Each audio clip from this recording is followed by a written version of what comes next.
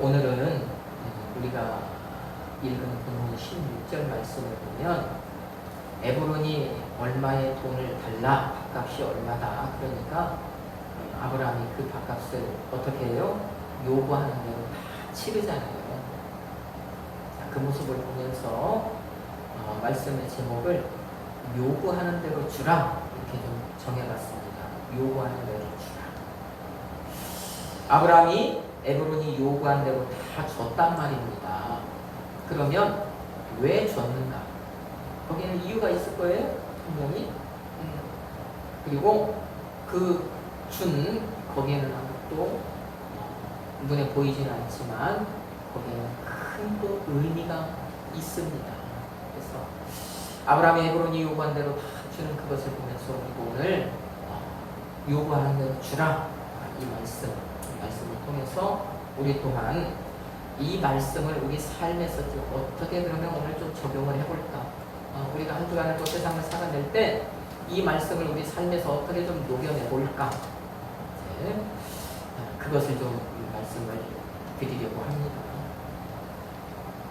오늘도 정말 이 말씀을 듣는 여러분, 이 말씀으로 인해서 여러분의 삶이 도전을 받고 정말 나도 한번 그런 삶, 아브라함처럼 그렇게 한번 또 삶을 한번 한 주간에 살아봐야 되겠다라고 결단하는 그런 귀한 시간이 되기를 먼저 주님의 이름으로 축복합니다. 자, 지난 시간 자기 아내가 이제 죽었을 때 아브라함이 이제 아내를 매장할 땅을 구하기 위해서 그 해쪽 속에 이제 땅을 사러 가지요. 우리가 그 모습을 봤는데 그들과 이제 오늘 이 본문 말씀도 그 해쪽 속 사람들과 땅을 사기 위해서 말을 주거니 받거니 하는 그 모습이 이제 오늘 이 말씀 가운데, 우리 본문 가운데 이제 계속해서 소개가 됩니다. 자, 그러면 이 해쪽 속은 어디에 뿌리를 두고 있느냐? 저 창세기 10장 말씀에 보면은요, 노아의 세 아들이 있죠. 셈, 함, 야벳. 그 함의 손자고요. 그 다음에 당연히 함의 아들이었던 가나안, 그 가나안의 아들이 이 바로 헷이라는 사람이에요. 그 헷이라는 사람이 이 가나안 땅에 지금 들어와서 여기에서 터를 잡고 살아가기 시작을 했고, 그 헷이라는 사람들의 후손이 지금 계속해서 지금 여기서 살아가고 있단 말입니다. 그래서 이 헷 족속이 이 지금 헤브론, 요 지금 무대가 오늘 말씀의 무대가 헤브론이잖아요. 여기에서 이제 터를 잡고 살아가고 있더라. 그래서 그 헷 족속이 지금 살아가고 있는 그 땅, 이 땅이 바로 헤브론 땅. 그래서 그 땅의 원주민인 이 헷 족속과 아브라함이 땅을 위해서 지금 얘기를 주거니 받거니 하고 있다라는 것, 그것을 먼저 좀 말씀을 드립니다. 자, 아브라함이 그 땅의 주인인 헷 족속에게 자기 아내가 죽어서 장사하려고 하니까, 내 아내가 죽어서 장사하려고 하니까 매장지를 좀 내어달라고 요구하지요. 자, 그때 그 헷 족속의 이 대표들이 뭐라고 얘기를 합니까? 당신은 우리 지도자이십니다. 그러죠. 우리 이 말씀을 지난 시간에 살펴봤잖아요. 당신은 하나님이 우리에게 세워주신 지도자 아닙니까? 자, 그러니까 우리에게 있는 것 가운데서 마음에 드는 것 아무거나 선택하십시오. 당신이 마음에 드는 것 어떤 것이라도 딱 지목을 하고 선택을 해서 그거 쓰겠다고 하면 우리 족속 가운데 있는 사람들 가운데서 그것이 싫다고, 그것은 안 된다고 할 사람 아무도 없습니다. 그 얘기를 했잖아요, 지난 시간에.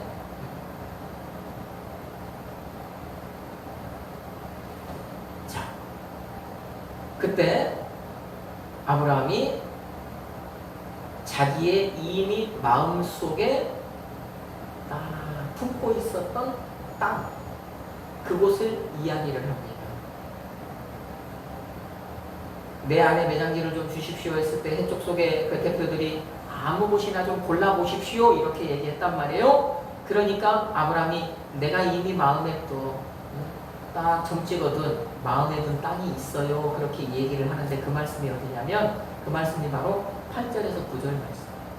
자, 우리가 본문에서 보지는 않았지만 그 8절에서 9절 말씀을 보면 아브라함이 나는 이 땅이 가지고 싶다 이렇게 얘기를 해요. 같이 한번 읽어볼까요?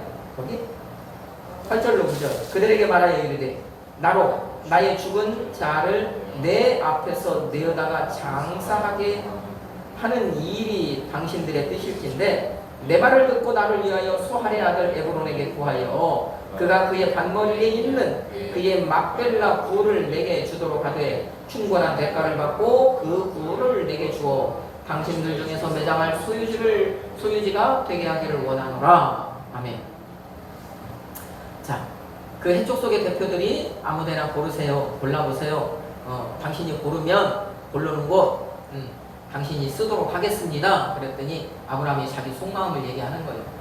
내가 어디 한 곳을 이미 점찍어둔 곳이 있는데 거기가 어디냐?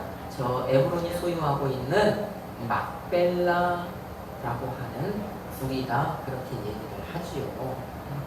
그래서 이 해쪽 속의 그 대표들에게 하는 말이 저 소알의 아들 에브론에게 구하여서 그 사람에게 잘 얘기해서 그 막벨라 굴을 좀 내게 팔으라고 좀 얘기를 해주십시오. 지금 아브라함이 그렇게 얘기를 하는 겁니다. 아브라함은 어디를 마음에 두고 있었다고요? 막벨라 굴. 거기. 우리가 여기서 좀 살펴봐야 될 것이 있어요. 이제 본론으로 좀 들어가는 얘기인데 지금 우리 지난 시간부터 살펴보는데 아브라함이 그 해쪽 속 사람들에게 내 아내를 매장할 그 매장지를 좀 요구하고 있단 말이에요.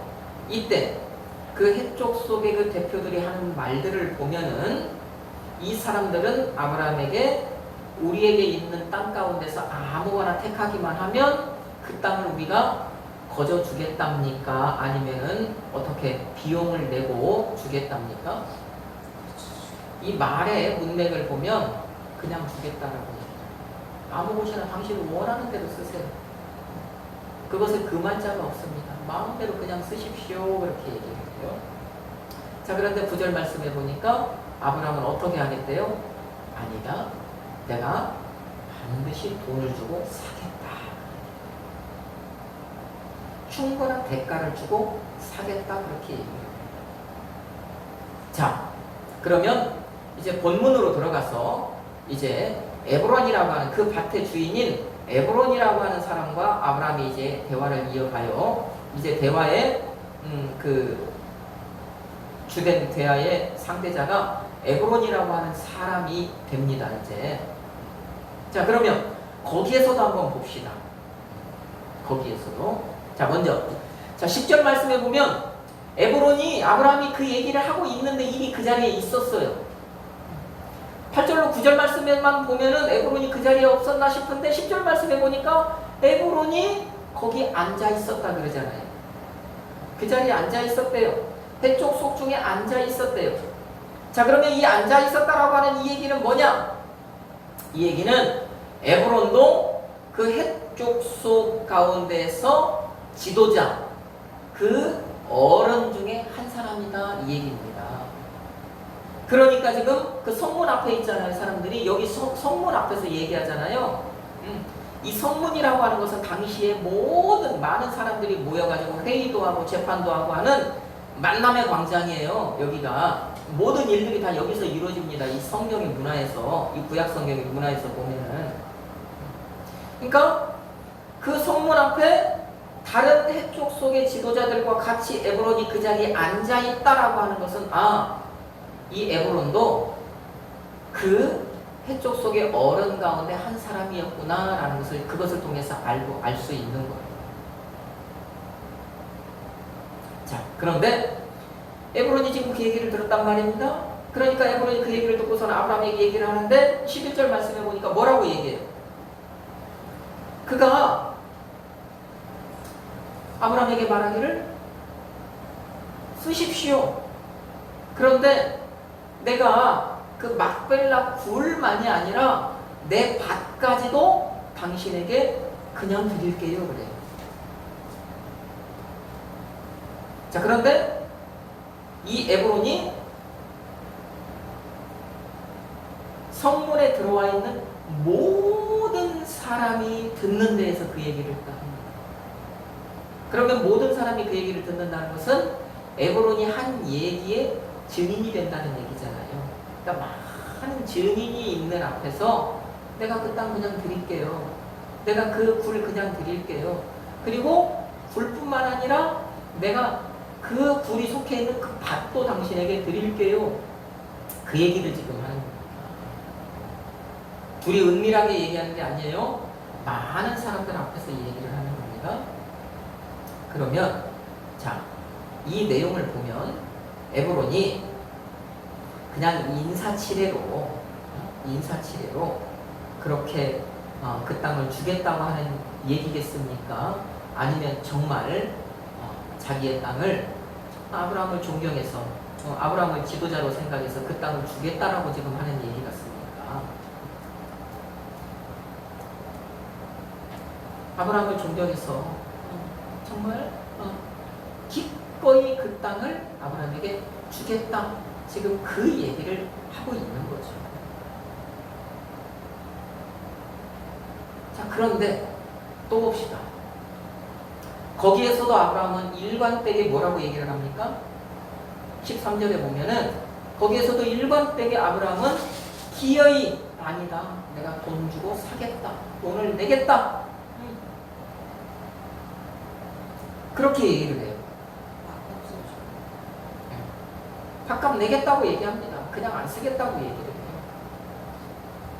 자, 그러면 아브라함은 왜 그럴까요?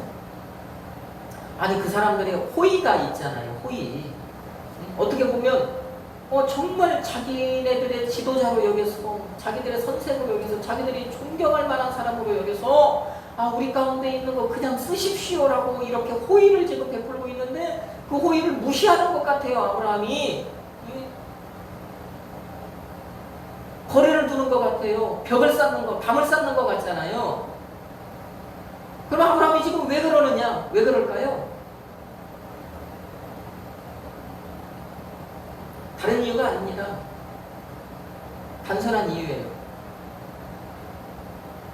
거저주는 것은, 거저받은 것은 내 것입니까? 내 것이 아닙니까? 내 것이 아니라는 거죠. 내 것 아닙니다. 아브라함 그거 알고 있잖아요. 그 다음에 우리가 좀 큰 의미에서 보면은요, 후에 아브라함의 후손들, 다시 말하면 이스라엘 자손이 이제 가나안 땅에 들어오잖아요. 가나안 땅에 들어와서 그 땅의 어떤 그 소유권을 주장해야 될 텐데, 만약에 여기에서 무상으로 아브라함이 그 땅을 받아서 그 땅을 사용을 했다면, 후에 아브라함의 후손들이 그 땅에 들어와서 이 헤브론 땅, 우리 땅이다. 우리 조상이 샀다. 우리 조상이 여기에서 살았다. 우리 조상이 여기 매장되어 있다. 주장할 수 있겠습니까? 없겠죠. 크게는 하나님의 섭리입니다. 그리고 아브라함은 그걸 알아요. 그렇기 때문에 기필코 그 땅을 내가 돈 주고 사겠다. 이렇게 말을 하는 것입니다. 그러니 싫다. 나는 그냥 쓰는 거 싫다. 당신들의 호의는 내가 충분히 이해하고 알겠지만 그 마음만 받겠다. 그리고 나는 이 땅은 분명히 돈 주고 사겠다. 이렇게 말하고 있는 거예요. 에브론은 아브라함에게 호의를 베풀어서 그 땅을 쓰라고 할 수 있지만, 에브론의 자손이, 에브론의 아들이, 에브론이 죽고 난 다음에 그의 아들이, 손자가 이제 그 땅 좀 내놓으십시오 라고 얘기하면 어떻게 하겠어요? 줘야 되잖아요. 소유권을 다시 주장하면 그때는 뭐라고 할 얘기가 없잖아요. 사겠다는 거예요. 그래서 사겠다. 자, 그렇게 지금 크게는 해쪽 속의 어른들과 그 다음에 이제 조금 좁혀보면 그 해쪽 속의 어른 가운데 한 사람이었던 에브론과 아브라함이 이렇게 밀고 당기고를 계속 하다가 그렇게 하다가 이 에브론이 자기의 어떤 그 속마음, 진심을 이제 드러내는 곳이 성경에 보니까 나와요. 오늘 본문 말씀에 나와요. 그곳이 어디냐? 14절로 15절 말씀이에요. 같이 한번 읽어볼까요? 에브론이 아브라함에게 대답하여 이르되 내 주여 내 말을 두고서서 땅값은 400세겔이나 그것이 나와 당신 사이에 무슨 문제가 되리이까? 당신의 죽은 자를 장사하소서. 아멘. 자, 우리가 지금까지 지금 봤을 때 이 해족 속의 어른들이나 이 에브론이나 지금 아브라함에게 우리 땅 그냥 쓰십시오. 그렇게 인심을 썼습니다. 그 땅 공짜로 그냥 거저 쓰십시오. 이렇게 얘기를 했습니다. 자, 그러면 여러분은 여기에서 이 땅 주인인 이 에브론, 이 사람을 참 좋은 사람이다 라고 얘기할 수 있을까요? 없을까요? 지금 여기까지만 봤을 때 이 사람은 참 좋은 사람이잖아요. 마음이 넓은 사람이잖아요. 자기의 재산이라도 자기의 땅이라도 기꺼이 내어줄 수 있는 정말 통 큰 사람 아닙니까?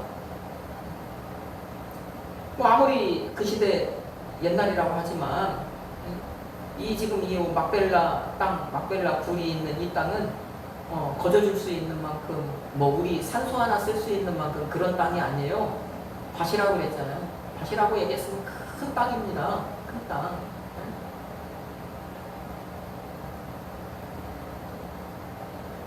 지금은 여기에 이 마을이 이렇게 들어설 정도로 그 정도로 규모가 있는 땅이래요. 여기가. 그런데 그 땅을 무상으로 주겠다고 그러잖아요. 공짜로 주겠다고 그러잖아요. 거저 주겠다고 하잖아요. 그러니 이 에브론이 얼마나 참 사람이 좋은 사람이겠냐.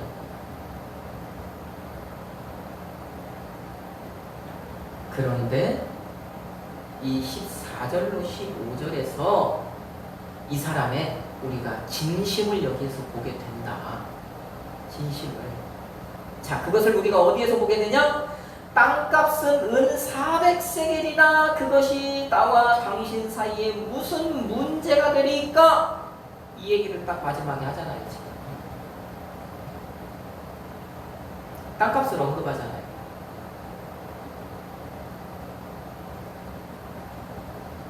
그냥 쓰라고 했는데 아브라함이 아니다 사겠다 하니까 에브론이 그러면 땅값은 400세겔이에요 지금 이 얘기 하잖아요. 그러면 땅값이 얼마입니다 얘기해놓고 그런데 그것이 당신과 나하고 무슨 문제가 됩니까? 그럼 이 얘기는 돈을 내라는 얘기겠습니까? 내지 말라는 얘기겠습니까? 땅 사라는 얘기겠습니까? 그냥 주겠다는 얘기겠습니까? 땅값을 얘기했다는 건 땅 그 돈 주고 사라는 얘기잖아요. 자, 조금 더 볼까요? 에브론이 지금 땅값을 얼마라고 얘기해요? 은 400세겔. 자, 이 돈이 지금 화폐 가치로 이 환산을 해서는 사실은 얼마인지 정확하게 알 수는 없어요. 그런데 알 수 있는 것은 굉장히 큰 금액이다라는 것은 알 수 있어요. 왜 그러느냐?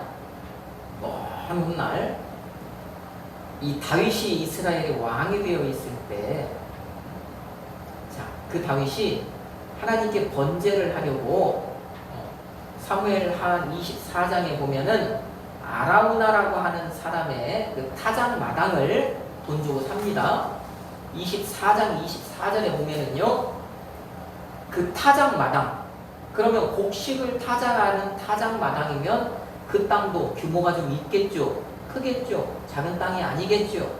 그런데 그 타작 마당을 사고 거기에서 그 타작 일을 하던 그 소를 이제 번제물로 드리기 위해서 사고, 그 다음에 그 번제물로 쓰기 위해서, 번제물을 태우기 위해서 그 타작 마당에 있던 모든 기구를 다 샀는데 그 시대에 다윗이 그 모든 것을 산 금액이 얼마냐면 은 50세겔이에요.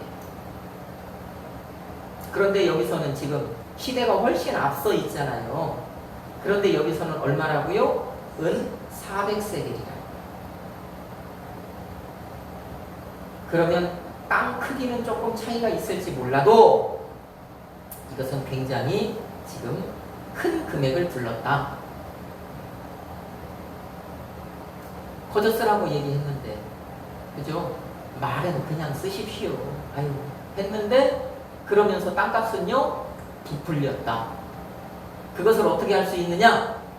당시 이 아브라함 이 시대에 이 땅에 이 문화 가운데 이 뭔가를 이렇게 거래하는 문화가 어땠냐면, 이 파는 사람은 통상적으로 자기가 실제로 팔리는 금액의 배, 곱절의 금액을 처음으로 제시를 한답니다.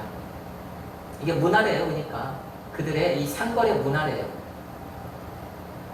통상적인 얘기예요.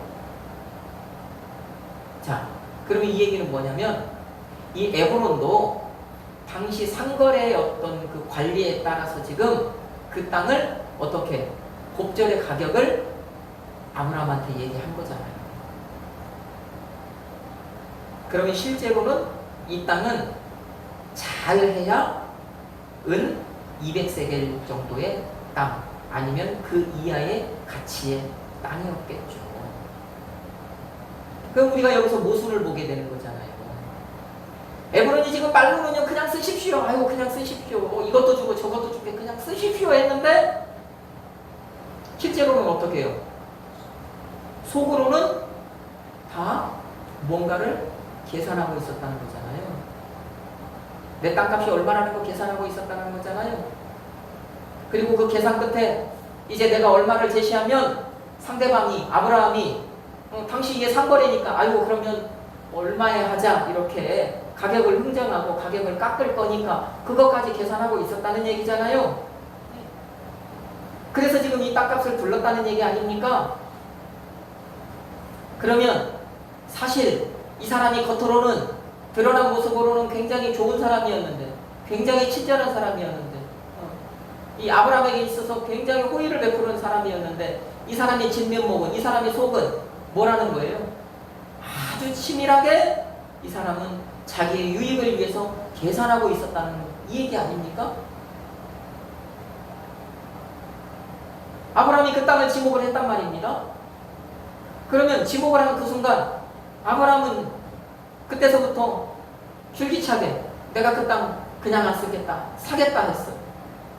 그 얘기를 듣는 순간 에브론의 마음속에는 그래, 그러면 아브라함은 이 땅을 사야만 해. 안 살 수가 없어. 그러면 내가 이 땅을 얼마에 팔아야지? 얼마를 받아야지?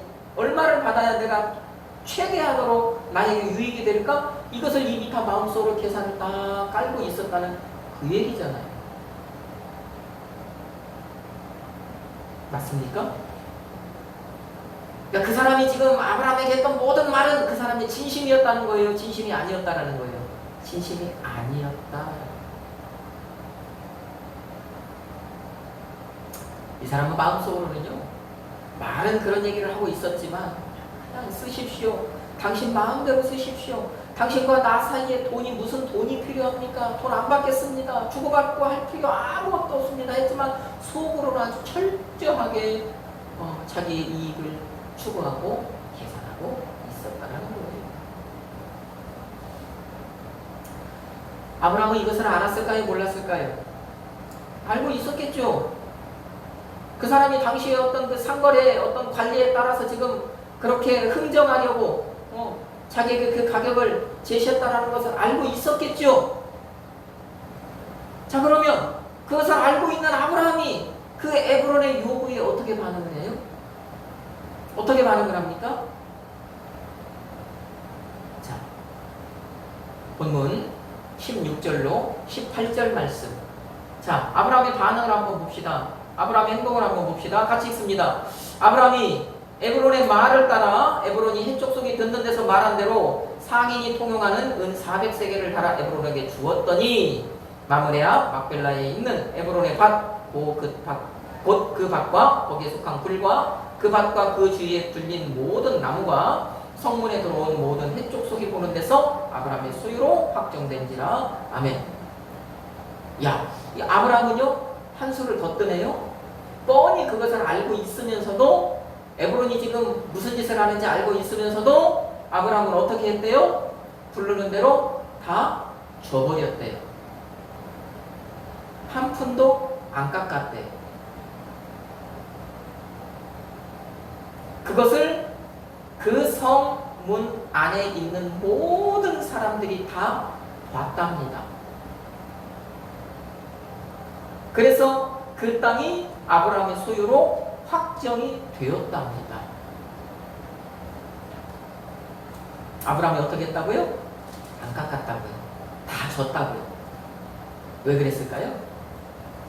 왜 뻔히 속을 알면서도 왜 그랬을까요?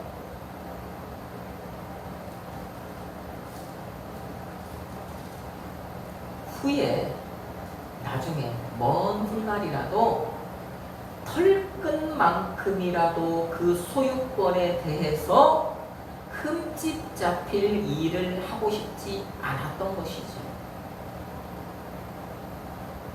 자, 그리고 또 하나, 아브라함은 이미 창세기 22장에서 하나님의 지금까지의 그 언약을 다시 한번 다 재확인 받았죠.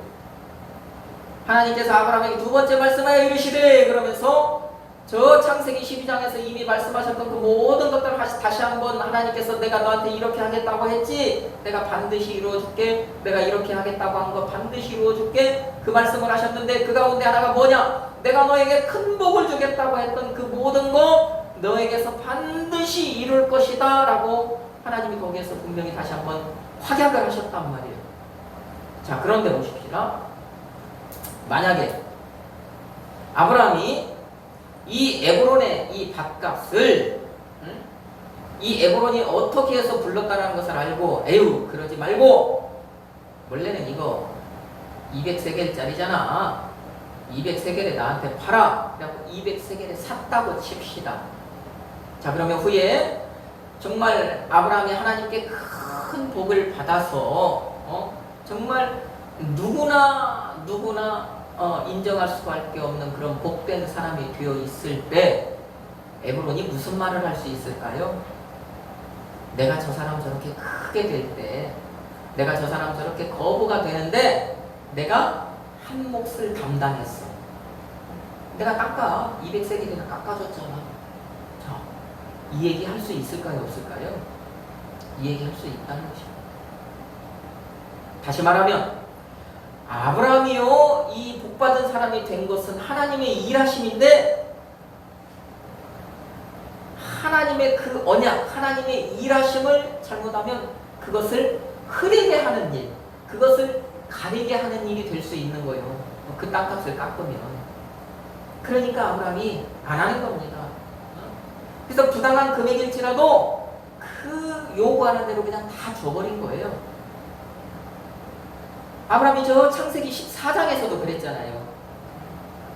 저 소돔성의 모든 것 빼앗겼을 때 아브라함이 가서 찾아오지요. 14장에 자기 조카 롯을 비롯해서 그 조카 롯의 재산과 그 소돔성의 모든 사람과 그 소돔성의 모든 것 빼앗겼던 거 다 찾아갖고 왔잖아요.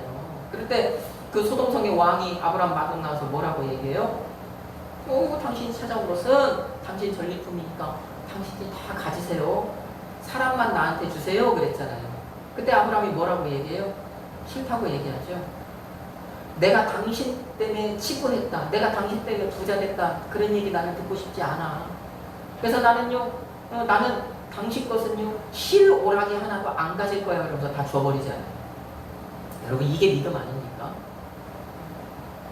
나는 하나님만 있으면 된다는 거예요.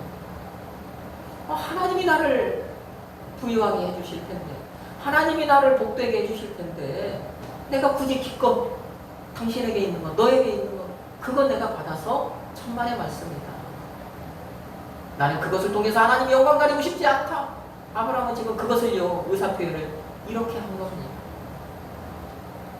저 결국에 많은 사람들이 보는 그 많은 사람이 증인이 된 가운데서 그래서 그 땅이 이제 아브라함의 딱 소유가 되어버리잖아요. 후에 이스라엘 백성들이 그 땅에 들어가서 이 헤브론 땅, 이 땅 우리 조상 아브라함이 당신네들한테 돈 주고 산 땅이잖아. 내놔! 이 얘기를 할 수 있는 근거를 아브라함이 여기서 딱 만들어 놓지 않습니까?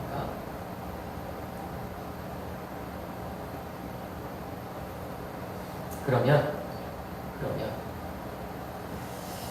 오늘 우리가 여기에서 우리 그리스도인이라고 하는 이 우리가 이 땅을 살아갈 때 정말 어떻게 살아가나, 어떻게 살아가야 되나, 그 살아가는 방법, 살아가야 되는 해답, 이것을 우리가 여기서 좀 찾아볼 수 있다는 거예요. 자, 먼저는 뭐냐? 우리가 신앙생활을 하다 보면 한 교회 안에 이런 장사, 저런 장사하는 사람들이 있습니까? 없습니까? 있죠. 이런 가게, 저런 가게 하는 사람들이 있습니다. 자, 예전에는 그러지 않았어요. 그런데 지금은 달라졌어. 분명히 나랑 같이 신앙생활하는 사람, 내 한 교회 같이 다니는 교회 식구인데도요. 그 교회 그 식구가 하는 그 가게에서 뭘 하나 사려고 했더니 옆에 가게보다 1,000원 비싸. 그러면 요새는 어떻게 해요? 다른 가게 가요.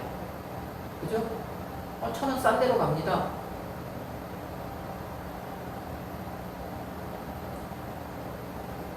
그러지 말라는 거예요. 조금 비싸더라도 그 성도의 집에 가라는 것입니다. 거기 가서 사주라는 거예요. 거기 가서 팔아주라는 거예요.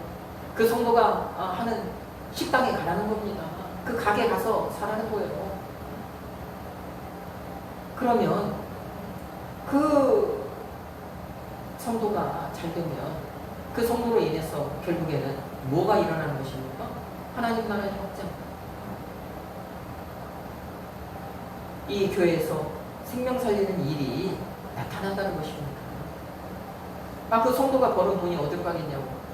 그 성도가 그렇게 벌은 돈이 헌금을 내고 감사헌금을 하고 11조를 하고 그것으로 무슨 일이 일어나냐.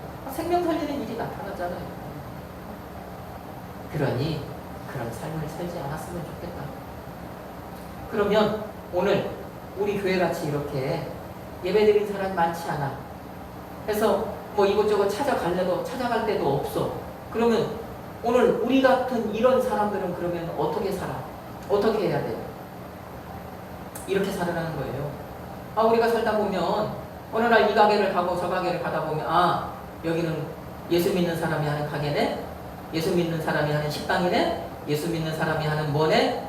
우리가 그것을 알게 돼요? 몰라요? 알게 되잖아요. 가봤더니 여기는 장로님이 하는 가게예요. 여기는 집사님이 하는 가게예요. 여기는 권사님이 하는 가게예요. 알면 그 가게 조금 비싸더라도 딴 가게 가지 말고 같은 물건을 사기 위해서 그 가게 가라는 겁니다. 그 얘기를 하는 거예요. 그렇게 사십시오.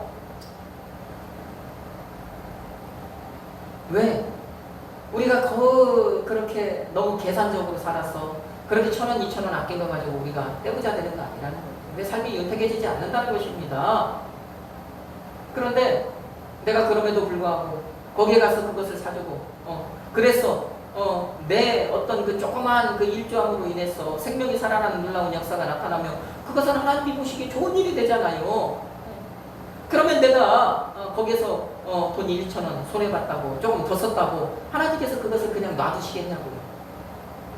하나님 그런 분 아니라는 거잖아요. 그 얘기를 하는 겁니다.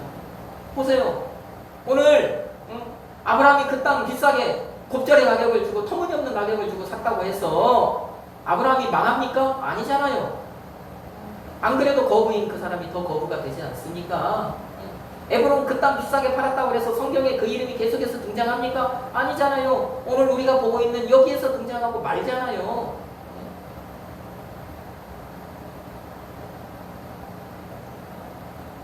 자, 그 다음에 내가 시장을 가든지 어디를 가든지 가서 뭔가를 좀 사는데 비싸. 이 사람이 나한테 좀 바가지 씌우는 것 같아. 다른 데보다 비싸. 그런다고 해서 그거 비싸게 판다고 거기서 그거 좀 깎자고 옥신각신 언성을 높이지 말으라는 얘기입니다. 아브라함처럼. 그냥 그 사람이 얼마 달라고 그러면 그럽시다라고 그냥 주고 사라는 얘기입니다. 왜 믿지 않는 사람들 같이 거기에서 500원 깎아달라, 1000원 깎아달라, 옥신각신하고 얼굴을 붉히고 그런 삶을 사냐는 것이죠. 그렇게 살지 말으라는 얘기예요. 그렇게 안 살아도 된다는 얘기예요. 우리에게 기댈 곳이 있으니까. 기댈 곳이 없는 세상 사람들은 자기 스스로 살아가야 되니까, 자기 힘으로 살아가야 되니까 그렇게 아등바등 살아가야 되는 것이 맞지만 우리는 그렇게까지 하면서 하나님 영광 가리고 하나님 이름에 먹칠을 하고 그런 삶을 살 필요가 없다는 그 말씀을 지금 여기서 그것을 우리가 여기서 좀 봐야 한다는 거예요. 시장 가서 싸우지 마십시오. 시장 가서 얼굴 붉히지 마십시오. 무리하게 깎아달라고 요구하지 마세요. 안 깎아준다고 삿대질 하지 마시라고요. 여러분, 아무것도 아닌데, 아무것도 아닌 것 같은데 우리의 실생활 아닙니까? 그러다가 그 사람이요, 어떻게 하다가 내가 예수 믿는 사람인지 알아보십시오. 그러면 그 사람이 뭐라고 얘기하겠냐고. 아이고, 저 예수 믿는 사람이. 그런 얘기 듣지 말아라는 얘기입니다.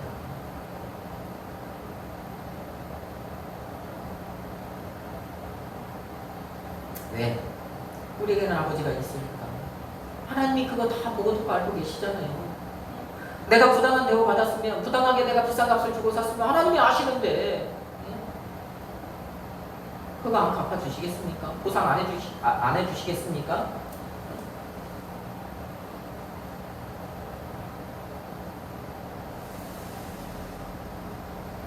여러분, 우리가 이렇게 항상 예배를 드리고 말씀을 듣는 이유가 무엇이겠습니까?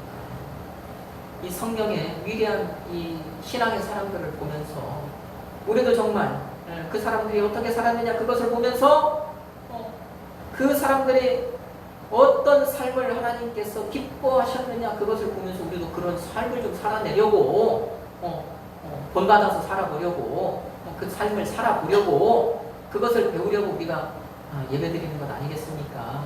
그렇죠? 여러분, 그렇게 우리가 살아가면 그 사람들이 하나님을 기쁘시게 했던 것처럼 우리도 하나님을 기쁘시게 하는 삶을 살아갈 수 있겠죠. 한 주간 우리 그런 삶을 살아냅시다. 우리 한 주간 살아낼 때 정말 믿지 않는 세상 사람들처럼 너무 어디 가서 무엇을 살 때 너무 그렇게 우리가 마음으로 이 마음이 조급하고 마음이 너무